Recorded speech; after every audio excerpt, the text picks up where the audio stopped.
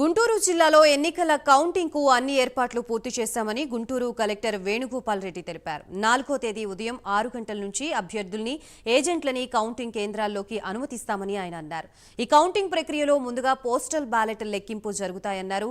Counting రోజు ఎలాంటి ఘటనలు జరగకుండా జాగ్రత్తలు తీసుకుంటున్నామంటున్న జిల్లా కలెక్టర్ వేణుగోపాల్ రెడ్డితో మా ప్రతినిధి రవికృష్ణ ఫేస్ టు ఫేస్. 4వ తేదీన ఈ కౌంటింగ్ స్టార్ట్ అవుతుంది. ఈ కౌంటింగ్కి సంబంధించి ఇప్పటికే ఏర్పాట్లన్నీ కూడా చేయడం జరిగింది. ప్రధానంగా కూడా అక్కడ ఏ విధంగా కౌంటింగ్కి ఏర్పాట్లు చేశారు ఏంటి అనే దాని మీద మనతో మాట్లాడటానికి కలెక్టర్ గారు ఉన్నారు, వేణుగోపాల్ రెడ్డి గారు. సార్, ఏ విధంగా ఇక్కడ కౌంటింగ్ ఏర్పాటు చేస్తున్నారు? మనకి ఆచార్య నాగార్జున యూనివర్సిటీలో గుంటూరు జిల్లాకు సంబంధించిన గుంటూరు పార్లమెంటు నియోజకవర్గానికి, అలానే 7 అసెంబ్లీ నియోజకవర్గానికి ఇక్కడ కౌంటింగ్ జరుగుతుంది. సో దీనికి సంబంధించిన ఏర్పాట్లన్నీ కూడా ఇప్పటికే చేయడం జరిగింది.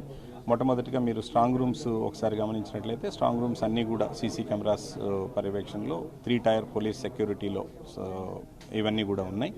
వాటి పక్కనే స్ట్రాంగ్ రూమ్స్ పక్కనే కౌంటింగ్ హాల్స్ మనకి ఉన్నాయి. వీటిలో మార్నింగ్ 8 గంటలకి జూన్ 4వ తారీఖున ఈ కౌంటింగ్ ప్రక్రియ ప్రారంభమవుతుంది. దీనికి సంబంధించిన ఇప్పటికే వివరాలన్నీ కూడా కంటెస్టింగ్ క్యాండిడేట్లతో మీటింగులు పెట్టి వాళ్ళకి తెలియజేయడం జరిగింది. వారందరూ కూడా ఒక్కొక్క టేబుల్కి ఒక్కొక్క ఏజెంట్ని నియమించుకోమని కూడా ఇప్పటికి చెప్పాం. దాదాపుగా వారందరూ కూడా ఏజెంట్లు కూడా నియమించుకోవడం జరిగింది. సో ఏర్పాట్లన్నీ కూడా ఇప్పటికే చేశామండి. ఏ రకమైన ఇబ్బంది లేదు. అంటే ఉదయాన్న ఏ విధంగా స్టార్ట్ అవుతుంది? ఇప్పుడు వచ్చే ఏజెంట్స్ ఉంటారు, అదేవిధంగా కూడా కంటెస్టెంట్స్ ఉంటారు. ఏ విధంగా రావాలి, ఎలా లోపలికి వాళ్ళని అలౌ చేస్తారు?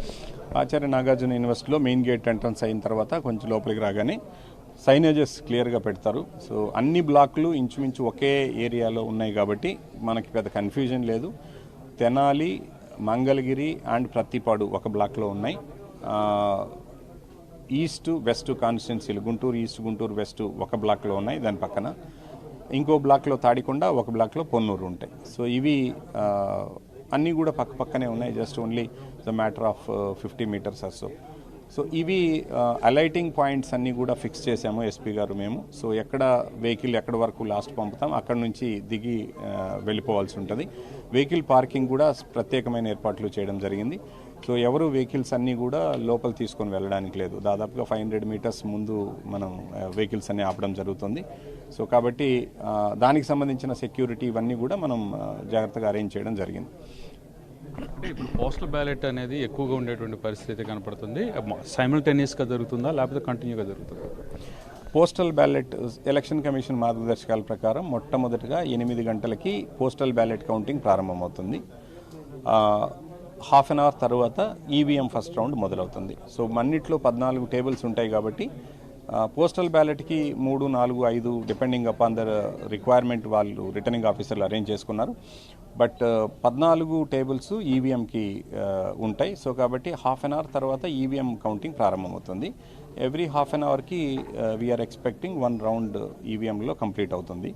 దెన్ పోస్టల్ బ్యాలెట్స్ అన్నీ అయిన తర్వాత పోస్టల్ బ్యాలెట్లో టోటల్ వ్యాలిడ్ ఎన్ని, వచ్చినవన్నీ వ్యాలిడ్ ఎన్ని, వ్యాలిడ్లో మళ్ళీ క్యాండిడేట్ వైజ్ ఎన్నెన్ని వచ్చాయి అన్నది టాలీ చేసి ఫైనల్ అయిన తర్వాత పోస్టల్ బ్యాలెట్ వచ్చిన కౌంటింగ్ కూడా ఇవ్వడం జరుగుతుంది. అంటే సార్, ఇప్పుడు ప్రధానంగా కూడా రిజల్ట్కి సంబంధించి ఫస్ట్ రిజల్ట్ ఎప్పుడు వస్తుందని ఎక్స్పెక్ట్ చేస్తున్నారు? ఫస్ట్ రిజల్ట్ మనకి జిల్లాలో తక్కువ పోలింగ్ కేంద్రాలు, తక్కువ కంటెస్టింగ్ క్యాండిడేట్లు ఉన్నది తాడికొండ కాబట్టి తాడికొండ నియోజకవర్గానికి సంబంధించి మనకు 18 రౌండ్లలో ఫలితం వచ్చే అవకాశం ఉంది కాబట్టి తాడికొండ కాన్స్టిట్యున్సీ మొట్టమొదటిగా వస్తుందని ఎక్స్పెక్ట్ చేస్తున్నాము. ఇది మధ్యాహ్నం 2 గంటల ఆ ప్రాంతంలో ఈ రిజల్ట్ వస్తుంది అనుకుంటున్నాం. దానికి సంబంధించిన పోస్టల్ బ్యాలెట్ కౌంటింగ్ కూడా 4 టేబుల్స్ పెట్టి చేస్తున్నారు కాబట్టి అవి కూడా ఆ టైంకల్లా కంప్లీట్ అవుతాయి కాబట్టి 2 o'clock వస్తుంది అనుకుంటున్నాం. సార్, ఇప్పుడు రిజల్ట్ వచ్చిన తర్వాత కొంచెం ఏదైనా ఇబ్బందికరమైన పరిస్థితులు ఇక్కడ గుంటూరు జిల్లాలో ఏర్పడి వచ్చే అవకాశం ఉంటుంది కాబట్టి దానికి ఎటువంటి చర్యలు తీసుకోవాలి? సో ఇప్పటికే మనకి పోలింగ్ ప్రశాంతంగా జరిగింది. కంపారిటివ్లీ మనకి గతంతో పోల్చినప్పుడు కానీ లేదా పక్కన జరిగిన దీంతో ఎక్కడ ఏ రకమైన మేజర్ ఇన్సిడెంట్స్ లేవు.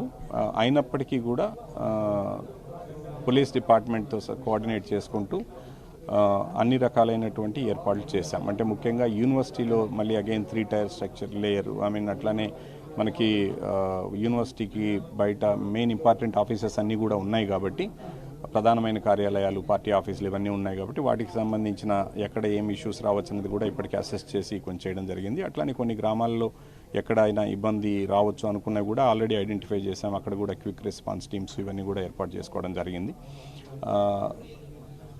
దానికి అంటే సాధారణంగా ఏమీ ఉండవని అనుకుంటున్నాం. అయినప్పటికీ కూడా 144 సెక్షన్ ఎట్లాగో ఆల్రెడీ ఫోర్స్లో ఉంటుంది.